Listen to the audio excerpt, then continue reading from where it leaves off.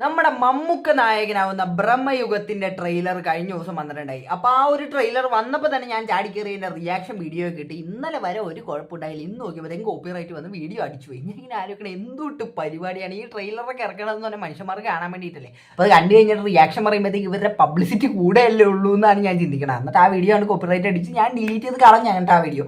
അപ്പോൾ ആ വീഡിയോ അങ്ങനെ പോട്ടെ. പക്ഷേ പറയണമല്ലോ, നല്ല കിഡിലൻ ട്രെയിലറായിരുന്നു. ലാസ്റ്റത്തെ മമ്മൂക്കയുടെ കൊലച്ചിരി ഉണ്ടല്ലോ, ആ ഒരു ചിരി കാണുമ്പോൾ തന്നെ കിട്ടുന്ന ആ ഒരു സാറ്റിസ്ഫാക്ഷൻ ഉണ്ട്. ആ ഒരു മനുഷ്യൻ്റെ ഇത്രയും വയസ്സായിട്ടും ആ ഒരു മനുഷ്യൻ ഇപ്പോഴും പുതിയ പുതിയ ക്യാരക്ടേഴ്സിന് വേണ്ടിയിട്ട് ആ ഒരു ആർത്തി എന്നൊക്കെ പറയൂലേ, ആ ഒരു സാധനം ഉണ്ടല്ലോ. എൻ്റെ പൊന്നോ, ഇങ്ങനത്തെ ഒരു മനുഷ്യൻ നമ്മുടെ മലയാളത്തിൽ ഉണ്ടെന്ന് പറയണത് തന്നെ അഭിമാനമാണ്.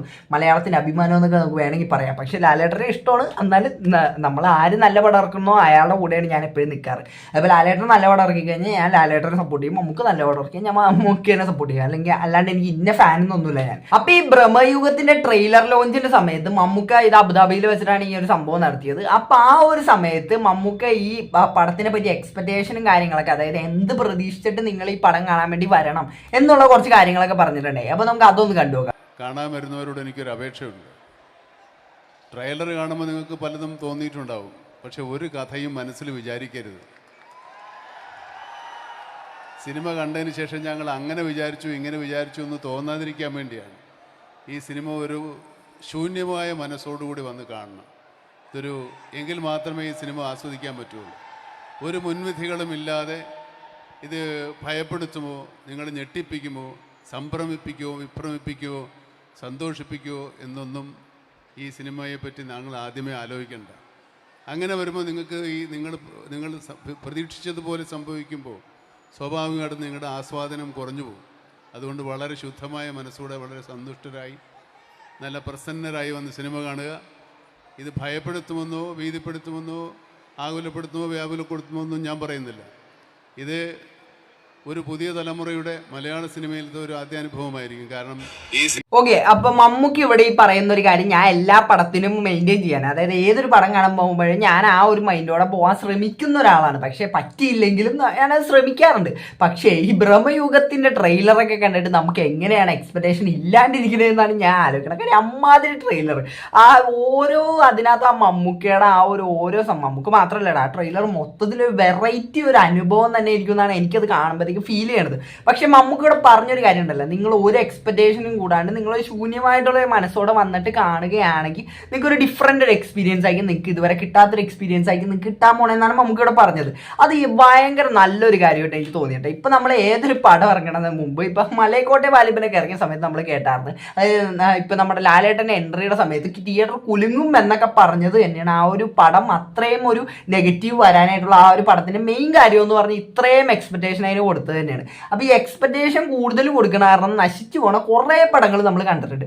അപ്പോൾ എക്സ്പെക്ടേഷൻ കുറവ് കാരണം വിജയിക്കുന്ന കുറേ പടങ്ങളുണ്ട്. അതായത് നമ്മുടെ ലൂസിഫറൊക്കെ ഉണ്ടല്ലോ, ലൂസിഫറൊക്കെ ഇറങ്ങുന്ന സമയത്ത് പൃഥ്വിരാജ് എന്തോന്നാ പറഞ്ഞത്, പൃഥ്വിരാജ് പറഞ്ഞതെന്ന് പറഞ്ഞാൽ ഞാൻ ഉണ്ടാക്കണ ഒരു ചെറിയൊരു പടം എന്നൊക്കെ പറഞ്ഞിട്ടാണ് പൃഥ്വിരാജ് ഇറക്കിയത്. അല്ലാണ്ട് പൃഥ്വിരാജ് വന്നിട്ട് പറയുന്നത് ഇത് മലയാളത്തിലെ ഏറ്റവും വലിയ പടമായിരിക്കും എന്നൊക്കെ പറഞ്ഞിട്ട് വന്ന് ഇറക്കി കഴിഞ്ഞിരുന്നെങ്കിൽ അതിന് ഉറപ്പായിട്ട് ഇത് അത്ര വലിയൊന്നല്ല എന്ന് ആൾക്കാർ പറഞ്ഞേനെ. അപ്പം അങ്ങനെ കുറച്ച് പേരെങ്കിലും അങ്ങനെയൊക്കെ പറഞ്ഞേനെ. പക്ഷേ അതൊക്കെ മാറ്റി നിർത്താനായിട്ട് ഏറ്റവും നല്ലൊരു മാർഗം എന്ന് പറഞ്ഞു കഴിഞ്ഞാൽ അവരുടെ എക്സ്പെക്ടേഷൻ മാക്സിമം കുറയ്ക്കുക എന്നുള്ളതാണ്. അപ്പോൾ ആ ഒരു കാര്യത്തിൽ മമ്മൂക്ക് ഇവിടെ വിജയിച്ചിട്ടുണ്ടെന്ന് തന്നെ എനിക്ക് പറയാനുള്ള കാര്യം. അങ്ങനെ വേണം. നമ്മളൊരു പടത്തിന് കാണാൻ പോകുമ്പോഴത്തേക്കും നമ്മളതിന് ഒരുപാട് എക്സ്പെക്ടേഷൻ നമ്മളവിടെ നിന്ന് തള്ളി മറിച്ചിട്ടിരുന്നിട്ട് പ്രത്യേകിച്ച് കാര്യമൊന്നുമില്ല. പടത്തിൽ സാധനം ഉണ്ടോ എനിക്ക് തന്നെ മൗത്ത് പബ്ലിസിറ്റി കൊണ്ട് തന്നെ ആൾക്കാർ വന്നോളൂ. ഇനി ഈ ഒരു പടത്തിന്റെ ഡയറക്ടർ എന്താണ് ഇതിനെപ്പറ്റി പറയണതെന്ന്, അതായത് രാഹുൽ സദാശിവൻ എന്തുട്ടാ പറയണതെന്ന് നോക്കാം. അതൊന്നും നോക്കണ്ടോ. കാലം ആക്ച്വലി ഒരു പാരനോർമൽ സ്പേസിൽ പെട്ട ഒരു ഫിലിമാണ്. പക്ഷെ ബ്രഹ്മയുഗം എനിക്ക് അത്ര പേടിപ്പിക്കുകയോ ചോദിച്ചു കഴിഞ്ഞാൽ it's a different kind of horror. വേറെ ഒരു സ്പേസിൽ നിൽക്കുന്ന ഒരു it's more of a mystery and thriller film. അങ്ങനെ പേടിപ്പിക്കാനുള്ള ഒരു ഇന്റൻഷൻ അത്രമാത്രം ഭൂതകാലം കൊണ്ടൊരു ഇത് കാണുമ്പോൾ മേ ബി വിചാരിക്കും ഓക്കെ യുനോ ഫസ്റ്റ് നമ്മൾ ഈ പോസ്റ്റർ ലോഞ്ച് ചെയ്തപ്പോഴും ട്രെയിലർ ഇറക്കിയപ്പോഴും that's the initial reception that we got. ഈ പടം പ്രവേഗം ഭയങ്കരമായി പേടിപ്പിക്കുന്നു. But it's a different kind of horror. നമുക്കടുത്ത് കഥ പറഞ്ഞു, അപ്പോൾ വളരെ ഇൻട്രസ്റ്റിംഗ് ആയിട്ട് തോന്നി. അതിന്റെ പ്ലോട്ടും ഇറ്റ്സ് എ പ്ലോട്ട് ഡ്രിവൻ ഒരു ക്യാരക്ടർ ഓറിയന്റഡ് ഒരു സ്റ്റോറി, ഒരു നറേറ്റീവ് ആണ്.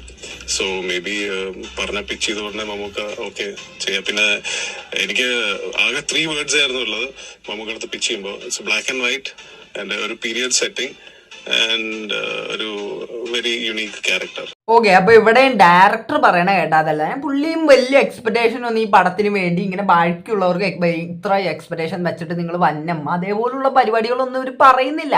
അത് തന്നെയാണ് ആ ഒരു ടീമിന്റെ ഏറ്റവും വലിയൊരു വിജയം എന്ന് പറഞ്ഞു കഴിഞ്ഞാൽ, ആൾക്കാരുടെ ഉള്ളിൽ വെറുതെ എക്സ്പെക്ടേഷൻ ഇട്ട് കൊടുത്ത് അവസാനം വന്നു കഴിഞ്ഞിട്ട് ഇവരുടെ വായിലിരിക്കണത് തന്നെ, അതായത് ഈ ഫാൻസ് ആണെങ്കിലും അതേപോലെ ഈ ഇപ്പൊ ഓരോരുത്തരാണെങ്കിലും ഇപ്പൊ മമ്മൂക്ക ഫാൻസ് എന്നൊക്കെ പറയുമ്പോഴത്തേക്കും അവർ ഇത്തിരിയും കൂടെ, അതായത് ഈ മമ്മൂക്ക എക്സ്പെരിമെന്റ് മൂവീസ് സ്ഥിരമായിട്ട് ചെയ്യുന്നതുകൊണ്ട് തന്നെ അങ്ങനത്തെ പടങ്ങളെ ആക്സെപ്റ്റ് ചെയ്യാനായിട്ട് റെഡിയാണെന്ന് എനിക്ക് തോന്നിയിട്ടുണ്ട്.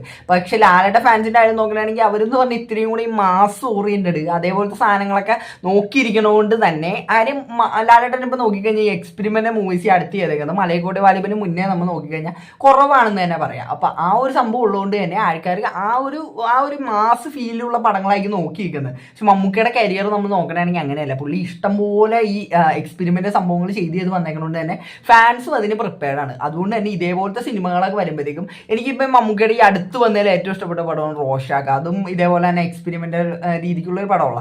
അപ്പൊ അതേപോലെ ഈ ഡിഫറെന്റ് ആയിട്ടുള്ള കൈൻഡ് പടങ്ങൾ മമ്മൂക്ക് ഇഷ്ടംപോലെ ചെയ്യാറുണ്ട്. അപ്പൊ ആ ഒരു വിഭാഗത്തിൽ വരുന്ന പടം തന്നെയായിട്ടാണ് എനിക്ക് ബ്രഹ്മയുഗം തോന്നുന്നത്. അതുകൊണ്ട് ഇത്തിരി ഹൊററും അതേപോലത്തെ ഒരു സംഭവം ടൈം ലൂപ്പൊക്കെ പോലത്തെ ഒരു സെറ്റപ്പ് ഒക്കെ ആയിട്ട് തോന്നുന്നുണ്ട് കണ്ടിട്ട്. അപ്പൊ അതെന്തായാലും ട്രെയിലറൊന്നും ഒരു രക്ഷ ഉണ്ടായില്ല. എന്താ ഈ കാര്യം, ഒരു ട്രെയിലർ കണ്ടത് ഞാൻ ഈ അടുത്ത് ഇത്ര എക്സ്പെക്ടേഷൻ കൂട്ടിയേക്കണതെന്ന് പറഞ്ഞാൽ ഇപ്പൊ മലയക്കോട്ടെ വാലിബന്റെ ട്രെയിലർ കണ്ടപ്പോൾ എക്സ്പെക്ടേഷൻ ഉണ്ടായി. പക്ഷെ ഇതെന്ന് പറഞ്ഞിട്ട് ഇത്രയും കൂടെ ഒരു നല്ലൊരു കിടിലൊരു ഫീൽ എനിക്ക് കിട്ടുന്നുണ്ട്. അപ്പൊ നമുക്ക് ഇനി എന്താണ് ഈ ഒരു പടത്തിനകത്ത് ഈ അർജുന അശോകൻ ചെയ്യാൻ പോകുന്ന ക്യാരക്ടർ ഉണ്ടല്ലോ, ആ ഒരു ക്യാരക്ടർ അർജുന അശോകൻ ചെയ്യുന്ന ക്യാരക്ടർ, ആ ഒരു ക്യാരക്ടർ മുന്നേ ചെയ്യാനായിട്ട് എന്ന് വെച്ചാൽ നമ്മുടെ ആസിഫ് അലി ആയിരുന്നു. അപ്പൊ ആസിഫ് അലി എന്തുകൊണ്ട് ഈ ഒരു ക്യാരക്ടർ ചെയ്തില്ല എന്ന് ആസിഫ് അലി കുറച്ച് ഇന്റർവ്യൂകളും കാര്യങ്ങളിനകത്തൊക്കെ പറയുന്നുണ്ട്. അത് നമുക്കൊന്ന് കണ്ടുനോക്കാം. നമ്മൾ പല സമയത്തും ഈ പരീക്ഷണ സിനിമകൾ, സോക്കോൾഡ് പരീക്ഷണ സിനിമകൾ എന്ന് പറയുന്നതിനോടൊരു പേടി വന്നിട്ടുണ്ട്. അപ്പൊ ആ പേടി മാറ്റി തന്നൊരു ക്യാപ്റ്റൻസിയാണ് ശരിക്കും നമുക്ക് അത്തരത്തിലുള്ള സിനിമകൾ. ഇപ്പം നമ്മുടെ ഭൂതകാലത്തിന്റെ ഡയറക്ടറിന്റെ ഞാനത് ഞാനായിരുന്നു അതിൻ്റെ അകത്ത് ഒരു ക്യാരക്ടർ ചെയ്യാനിരുന്നത്. പക്ഷെ അത് പെട്ടെന്ന് പ്രീപോണ്ട് ചെയ്തപ്പോൾ എൻ്റെ ഡേറ്റ്സുമായിട്ട്, പക്ഷെ അത് ആ സിനിമയുടെ മമ്മൂക്കായുടെ ജഡ്ജ്മെന്റ് അൺബിലീവബിൾ ആണ്. ഞാനത് ഒരിക്കലും ഞാനത് മമ്മൂക്ക ക്യാരക്ടർ ചെയ്യുമെന്ന് ഓർത്തില്ല. അത് മമ്മൂക്കായുടെ ഒരു അടുത്ത എക്സ്ട്രാ ഓർഡിനറി സിനിമയാണ് അർജുൻ ചെയ്യുന്നത്. ഓക്കെ, അപ്പൊ അർജുൻ ചെയ്യാനിരുന്ന അതായത് അർജുന അശോകൻ ചെയ്യാനായിട്ടിരുന്ന ക്യാരക്ടർ മുന്നേ ആസിഫ് അലി അർജുൻ ചെയ്യാനിരുന്നതെന്നാണ് പുള്ളിയുടെ പല ഇന്റർവ്യൂവിനകത്തും പുള്ളി ഒരു സംഭവം പറഞ്ഞിട്ടുണ്ടായി. അപ്പൊ ഈ ഒരു എന്തായാലും ആ ഒരു ക്യാരക്ടർ എന്ന് പറഞ്ഞാൽ ഈ സിനിമ ഇറങ്ങുന്നതിന് മുമ്പ് ഒരുപാട് എക്സ്പെക്ടേഷൻ വെക്കണമെന്നല്ല, പക്ഷെ ആ പടം എങ്ങനെ ഹിറ്റ് ആവണമെങ്കിൽ ആ ഒരു ക്യാരക്ടർ ഉറപ്പായിട്ടും നല്ല കിടിലൊരു ഒരു ക്യാരക്ടർ തന്നെ എന്നാണ് തോന്നുന്നത്. ഇപ്പൊ നമ്മൾ ട്രെയിലർ എടുത്ത് നോക്കണമെങ്കിലും അല്ല ട്രെയിലറിന്റെ തമ്മിലൊക്കെ എടുത്ത് നോക്കണമെങ്കിൽ തന്നെ മമ്മൂക്കയുടെ തല നടുക്ക് പിന്നെ ഫുള്ള് അർജുന അശോകന്റെ തലയാണ്, അതായത് രാവണൻ എഫക്റ്റിനകത്ത്. അപ്പൊ അത്രയും അത്രയും മമ്മൂക്കനെ പോലെ അത്രയും വലിയൊരു നടന്റെ കൂടെ തല ഷെയർ ചെയ്യാതെ തന്നെ കിട്ടണ ഒരു ഭാഗ്യം എന്ന് പറഞ്ഞു കഴിഞ്ഞാൽ അത് ചില്ലറ ഭാഗ്യമൊന്നുമല്ല. അപ്പം ഭാഗ്യം മാത്രമല്ല കേട്ടോ, പുള്ളിക്കാരന് കഴിവുള്ളതുകൊണ്ടാണ് അർജുന അശോകനെ. അപ്പൊ അർജുന അശോകന് കിട്ടിയതെന്ന് പറഞ്ഞ ഒരു നല്ല കിഡിലെ ഒരു റോളാണ്. പക്ഷെ ആ ഒരു റോൾ അർജുന അശോകന് മുമ്പേ ആസിഫ് അലിക്കായിരുന്നു കിട്ടാനിരുന്നത്. ആസിഫ് അലിയുടെ ഒരു സംഭവം നമ്മൾ കരിയറൊക്കെ ഇപ്പോൾ നമ്മൾ നോക്കണമെങ്കിൽ അടുത്തിടങ്ങി ഇറങ്ങിയ എല്ലാ പടങ്ങളും പൊട്ടി വന്നിട്ടിരിക്കുന്നതാണ്. ഈ അവസാനം ഇറങ്ങിയ 2018 മാത്രം എന്താണ് നല്ലൊരു പടമായി. അതുമാണെങ്കിൽ മൾട്ടി സ്റ്റാർ ആയിരുന്നു. അല്ലാണ്ട് പുള്ളി ഒറ്റയ്ക്ക് വന്ന പടങ്ങളെല്ലാം അറിഞ്ഞും പുറത്തോട്ട് പൊട്ടിക്കൊണ്ടിരിക്കണേ. പക്ഷേ പുള്ളിക്ക് കിട്ടാവുന്നതിൽ വെച്ചൊരു കിഡിലെ റോളായിരുന്നു ഇപ്പൊ ഈ ബ്രഹ്മയുഗത്തിനകത്ത് ഈ റോള്. അത് പുള്ളിക്കാരൻ വേണ്ടാന്ന് വെച്ച്. പക്ഷെ അതിനെ നമുക്ക് വേറൊരു രീതിക്ക് നോക്കി കാണാട്ടെ. കാര്യം ഇങ്ങനത്തെ ഒരു റോള് കിട്ടുമ്പോഴത്തേക്കും അവർ ഓൾറെഡി സെറ്റ് ചെയ്തേക്കണം, അതായത് ഓൾറെഡി അവർ ഒരു റോളിനകത്ത് സെറ്റായിട്ട് ഇരിപ്പുണ്ടാവുമല്ലോ. അതുകൊണ്ടാണല്ലോ പുള്ളിക്കാരനൊക്കെ ഇപ്പൊ ഈ ബ്രഹ്മയുഗത്തിനകത്ത് റോളൊന്നും ചെയ്യാൻ പറ്റാണ്ട് വന്നത്. അപ്പൊ ആ ഒരു റോളിനോട് കമ്മിറ്റ്മെന്റ് ഉള്ളതുകൊണ്ടാണ് പുള്ളിക്കാരൻ ഈ ഒരു റോൾ എടുക്കാണ്ടിരുന്നത്. അതൊരു നല്ല പുള്ളിക്കാരനൊരു നല്ല ക്വാളിറ്റി ആയിട്ട് തന്നെ നമുക്ക് പറയാൻ പറ്റുന്ന ഒരു കാര്യമാണ്. അല്ല ഇപ്പൊ നല്ലൊരു ഓഫർ കണ്ടപ്പോഴത്തേക്കും ഈ ഒരു ഓഫർ വേണ്ടാന്ന് വെച്ച് ഇപ്പുറത്തേക്ക് ചാടുന്ന പറഞ്ഞാൽ അതൊരു നല്ലൊരു പരിപാടിയായിട്ട് എനിക്ക് തോന്നുന്നില്ല. അപ്പൊ പലരും ഞാൻ പറഞ്ഞു കേട്ടായിരുന്നു, അതായത് ആസിഫ് അലി ഇങ്ങനെ മണ്ടത്തരം കാണിച്ച് എന്നൊക്കെ ഉള്ള രീതിക്കൊക്കെ പറഞ്ഞു കേട്ടായിരുന്നു. പക്ഷേ മണ്ടത്തരം ഒന്നും പറയാൻ പറ്റില്ല. എന്തായാലും പുള്ളിക്ക് പോയൊരു നഷ്ടമാണ് പടം ഹിറ്റ് ആവണയാണെങ്കിൽ, ബ്രഹ്മയുഗ ഹിറ്റ് ആവണയാണെങ്കിൽ ആ ഒരു റോൾ എന്ന് പറയുന്നത് ആസിഫ് അലിക്ക് നഷ്ടമാണ്. പക്ഷെ എന്നാലും നമ്മൾ അതിന് ഒരിക്കലും ആസിഫ് അലിന് കുറ്റം പറയാൻ പറ്റില്ല. കാര്യം പുള്ളി ഓൾറെഡി ഒരു റോൾ എടുത്തിട്ട് അതിനോടുള്ളൊരു കമ്മിറ്റ്മെന്റും കാര്യങ്ങളൊക്കെ ഉള്ളതുകൊണ്ടാണ് പുള്ളി ഇതിനകത്തേക്ക് ചാടാണ്ടിരുന്നതെന്നാണ് എനിക്ക് കണ്ടപ്പോഴത്തേക്കും തോന്നിയത്. അപ്പൊ എന്താണ് ഇതിനെപ്പറ്റി, അതായത് ഈ ബ്രഹ്മയുഗം പടത്തിനെ പറ്റി നിങ്ങൾക്ക് എക്സ്പെക്ടേഷനും കാര്യങ്ങളൊക്കെ ഉണ്ട്? ട്രെയിലർ കണ്ടപ്പോൾ എന്താണ് നിങ്ങൾക്ക് തോന്നിയത്? അതേപോലെയുള്ള എല്ലാ സംഭവങ്ങളും കമന്റ് ബോക്സിനകത്ത് ഇടാം. അപ്പം എനിക്ക് അത്ര തന്നെ ഈ വീഡിയോനകത്ത് പറയാനുള്ളൂ. അപ്പോൾ വീഡിയോ ഇഷ്ടപ്പെട്ടാൽ മാത്രമല്ല സബ്സ്ക്രൈബ് ചെയ്യുക. പിള്ളേർക്ക് അടുത്തൊരു വീഡിയോ കാണുന്നുണ്ടെങ്കിൽ tata bye bye, see U.